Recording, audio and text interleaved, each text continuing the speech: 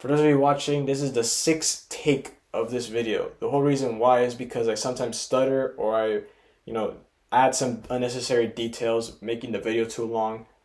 And and I'm kind of sorry for that because this is kind of bugging me and I hate that I have to do this. But I keep trying and I'm not going to let these problems, stop me from making this video.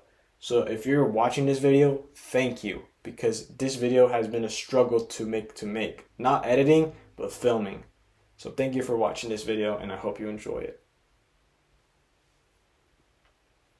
Imagine you are a child. Just imagine you're a child. You're watching your favorite animated comedies pilot and it's great. You watch the show some more, and then there's that one episode that doesn't get off your mind because of how totally different it was from the pilot. You had a minute to think to yourself. Months or years pass by, and then you see the finale, the whole thing that's been building up, and it's amazing. It's probably one of the best finales you've ever seen. You get up, you bow your head, and you're finally glad. You're not sad because it's over. You're happy because it happened.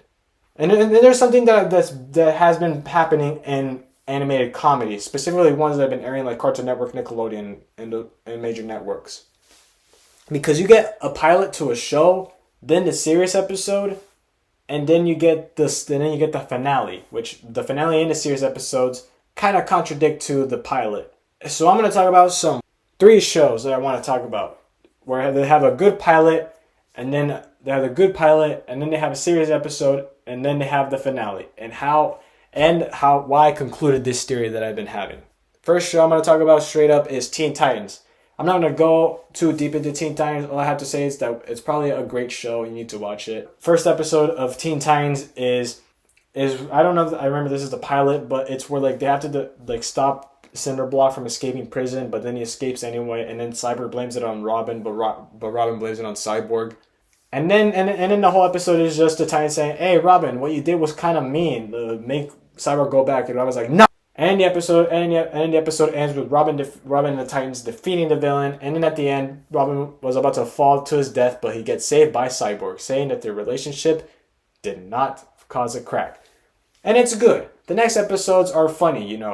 They meet Brother Odd, they defeat the Hive Five, they have Austin Powers, they defeat Austin Powers, classic Teen Titans stuff. And then you get the episode that I really want to make a video about. And it's the episode where Robin sees Slade everywhere, but the Titans can't. What happened? You are hurting me. Slade ran right by you. How could you let him get away? But, Robin, there was no one there. And the reason why I say this is a serious episode is because Robin is the leader of the Teen Titans. If one of the Titans gets hurt, it's his problem. It's his mistake.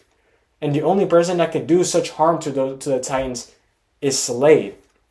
And I'm not talking about like a tiny scratch. I'm talking he can kill the Titans if he wanted to. And that's one of Robin's worst fears, because this man is scary. And what's scary about it is that the Titans know that Slade isn't there, but Robin's refuses to believe that Slade isn't there. And every single time he's alone in the dark, he sees Slade. And I think that's something that some people with PTSD or paranoia have, where they see one of their biggest fears there in the dark or when they're alone. And then they think it's there, but they know it's not. But it feels so real that your body just reacts to it. And yeah, it's kind of intense. And if you're thinking I'm going to talk about the finale of the Trouble in Tokyo, no, I'm talking about the series finale, not the movie finale. So yeah, the ending of Teen Titans starts with the Titans trying to go to their favorite burger place. It gets closed down, and they get into a fight. In the midst of the fight, Beast Boy saves a girl, but the girl that he saves looks a lot like Terra. And previously in Teen Titans, there was an episode where Beast Boy was about to get his butt whooped by Slade, but Terra sacrifices herself and turns into a stone statue. And then Beast Boy goes to the location of said statue, but the statue is gone. So Beast Boy knows that his theory of the girl being Terra is true. So he meets the girl and tries to make her remember that she is Terra, that she was a Teen Titan. The final effort for Beast Boy is throwing mud at her face, and he thinks that, if I throw mud at her face, she's gonna, get her powers back. She's gonna move the mud away. But no, the mud hits Terra's face and she storms off. The next day, Beast Boy goes into Terra's school and he asks her, Why can't things just go back to the way they were? But then she replies that the girl that he knows doesn't exist anymore, and that he has to stop making something from the past happen right now. What already happened already happened. You can't change the past because it's already happened. You have to move on and live with the present. And then the episode ends with Beastwood running into a light, trying to do a Titans operation, which you want kids to think that this is the end of the show. Like, there was no proper conclusion. Oh, there were no ties, no knots getting tied up forever. You know what I'm talking about? Where it's like there was no character arc finally getting finalized in the series finale. I know there's the movie, but this is the series finale. Like, what? And before I go on with the next show, I'm sorry if I called the Teen Titans a comedy animated comedy. I know it's not just a comedy. It has great jokes. And before I get into my next show, for those of you saying, actually Teen Titans is an action show, not an animated comedy. But it does have some good jokes in there that I kind of laugh at. So yeah, it does count as a comedy. The next show I want to talk about is Gravity Falls. First pilot, the first pilot. Dipper hates being in Gravity Falls because the mosquitoes bite him and the biting spells get away from here. And then we see that some shenanigans happen because Mabel is dating a vampire, but turns out it's gnomes. Yeah, great pilot. Can't wait to watch the rest of the series. But then there is the series episode. The episode where Pacifica calls Dipper because there's a ghost haunting the Northwest Mansion. And then we get to the scene where the spirit is possessing the little deer heads and animal heads. And then they start chanting, and as they're chanting, their eyes glow orange, red, and they're spewing blood. You want to show this show to kids? And then before the episode ends, the ghost is haunting the party, and then he turns Dipper into stone. And before Dipper gets turned into wood, he screams. And what's scary is that in the previous Gravity Fall episodes, there's a shapeshifter who says the way Dipper's gonna die is with him screaming. Just like the position when he screams when he gets turned to wood. Ugh. Good luck sleeping tonight. But then Pacifica saves the day from not becoming a snotty brat, and everyone is happy. Yeah, funny, yeah, pilot where kid doesn't want to be here because there's no technology, and then we get to ghost possessing heads of animals, spewing blood, chanting, and then turns a kid into wood, which was prophesized how he was gonna die. Yeah, this is a kid show, alright. The next show I'm gonna talk about is Avatar: The Last Airbender. So yeah, Katara and Sokka crash into an iceberg. They crack open the iceberg, and then inside the iceberg is the Avatar, the master of all elements. But there's something wrong. He is 12 years old, and he doesn't know how to practice all the elements because he's been stuck in the iceberg for almost 100 years. The Fire Nation, gets attention of this, and they go try to capture the Avatar, but the Avatar saves them, and that's basically how the show's format is. And I really struggled which series episode I want to talk about. I really want to talk about the Tales of Ba Sing Se, but the Appa getting lost episode is also great and emotional. So I'm just gonna say both of the episodes. In the Appa episode, there was an episode of Avatar: Last Airbender where they go to a library, but it's underground, and then they use the library to find out how to defeat the Fire Nation. But the person guarding the library doesn't like that people are using the knowledge of his library to kill other people. So he tries to bury the library underground, and Toph is trying to raise the library because she's a earthbender. And then Appa gets taken away by some bandits, and Toph wants to save Team Avatar, but she can't save Appa at the same time. And then Aang gets mad at Toph for what happened, and yeah, it's kind of sad because Aang's best friend got stolen. And then we see Appa's life, after he got kidnapped. We see him getting away from the bandits. He gets in a bruise, gets beaten up, and then a woman comes up and cleans him up, and then he goes to Ba Sing Se with Aang. And it's kind of a sad episode because you see Appa, a giant beast with a heart of gold, experiencing some of the harshest things in life and nature. And it's kind of sad because it kind of reminds me of, I hate to say this word, but abuse happens where people get hold of something innocent like a dog or a child, and they do something horrible to them, and they're just an innocent being who wants to live life, but but they're taking matters to their own hands and they're doing this like dog fights or just any type of abusement, and it's kind of sad. And the other series episode is the Tales of Ba Sing Se, more specifically the tale of Katara and Toph and the tale of Iroh. Now the reason why I don't just bring up the tale of Iroh is because there's a thing about Toph in the tale of Toph and Katara that I really like. Because in the episode, because in the tale of Katara and Toph, we get to see Katara and Toph getting some manicured. Some girls make fun of Toph and Katara because of how they look with makeup, and then they drown them. Yay! And then we get to see one of Toph's philosophies. It's okay. One of the good things about being blind is that I don't have to waste my time worrying about appearances. I don't care what I look like. I'm not looking for anyone's approval. I know who I am. And I think that's kind of nice. And then we get to to probably the most infamous Avatar episode, the tale of Iroh, which just tells us Iroh's life in Ba Sing Se. He helps a flower guy. He almost gets mugged. Then he befriends the mugger. And before all that happens, he sings to a crying child, and the song is called "Leaves from the Vine." Leaves from the vine, falling so slow, like fragile tiny shells drifting in the foam. Little soldier boy, come marching home. Brave soldier boy comes marching home. And then after that, you're like, oh, this is nice. Iroh is just an old guy helping people out. And then we get to the final moments of the tale.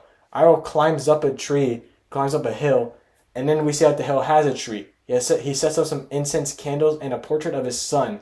And he says to him, happy birthday. And for those of you who watched the show, Iroh had a son. But when he got older, he got into the Ba Sing Se army, and he died like guarding Ba Sing Se. And he's at the location where he lost his son, and he's singing the same song that he sung to the crying child. Happy birthday, my son. If only I could have helped you.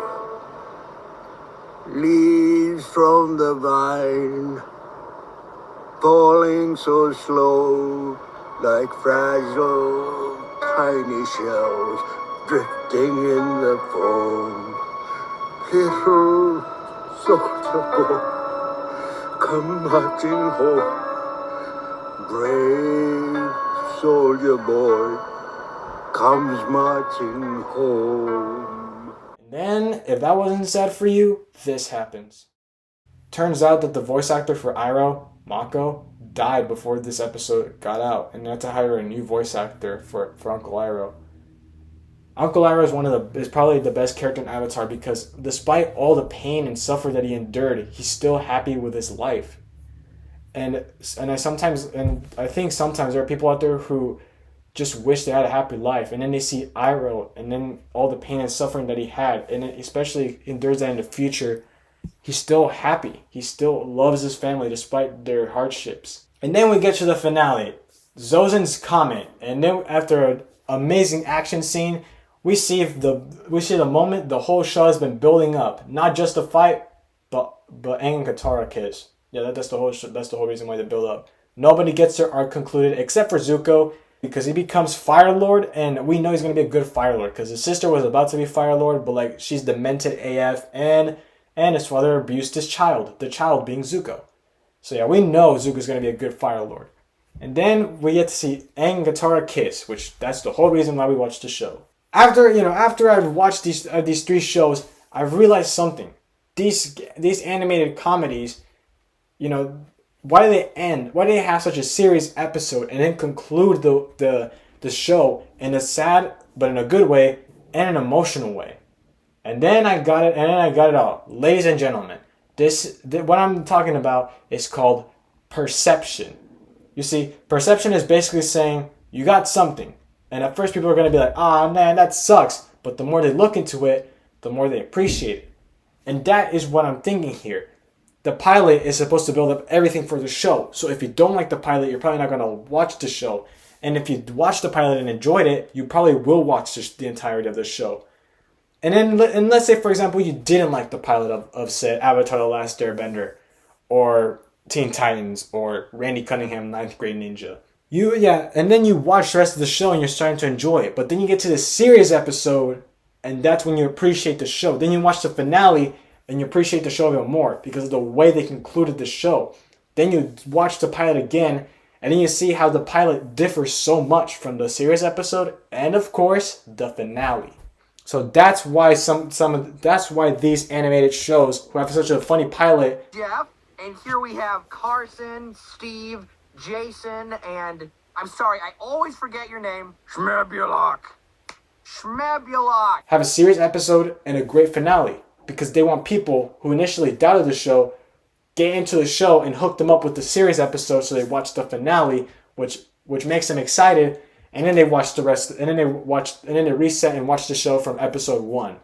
And that, my friends, is the conclusion of the theory I had for a long time. Thank you, ladies and gentlemen. I enjoyed making this video. Good night. Just good night or good day to you, sir or woman. Hello. You made it this far into the video. This is me after I edited the video 3 weeks in the making. And yeah, the whole reason why I haven't edited or worked on this video for a long time, mostly because I forgot about the video and because I had some sort of like intrusive thoughts in my head. Like, what am I going to do to this world? Like, what purpose do I serve in this world? Or like, I look at myself and see I'm kind of lonely and I don't have like that like special person in my life. Am I going to be lonely for my entire life? I really want to have someone next to my side my entire life, like for some huge part of my life. But like, seeing how lonely I am and I'm here, I'm kind of, just kind of like gave up faith in myself.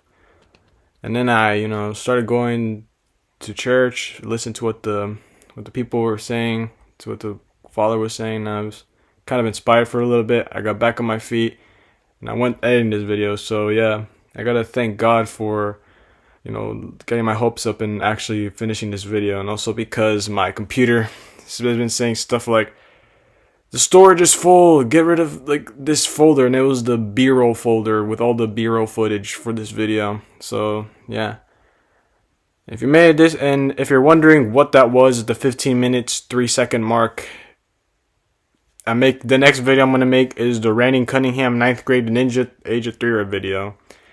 And yeah, watch the show. It's on Disney Plus. I really think it's good. If you like it, you'll like it, but if you don't, I kind of get it. But yeah. So yeah, and if you're wondering what's like the next video, Randy Cunningham, what's the next video after that? I don't know, because I'm gonna take a little break for Christmas, for winter. I'm gonna take a little winter break from editing, kind of try to see if I can fix my mental health, do some exercise here. And yeah, and if you're wondering when am I gonna, go back and make some videos, probably on February, I think. I just need to clear out my head for a little bit, and then I can go back. So yeah. Thank you for sticking so much from this part of the video. If you're actually watching it, I appreciate that you're doing this so you can hear a little bit of so you can hear about what I'm making in the future, what's been going on. So yeah, thank you for watching this video. If you want, you can like this video, subscribe. I don't care, as long as you're happy, I'm happy. So yeah, see you later. Until next time.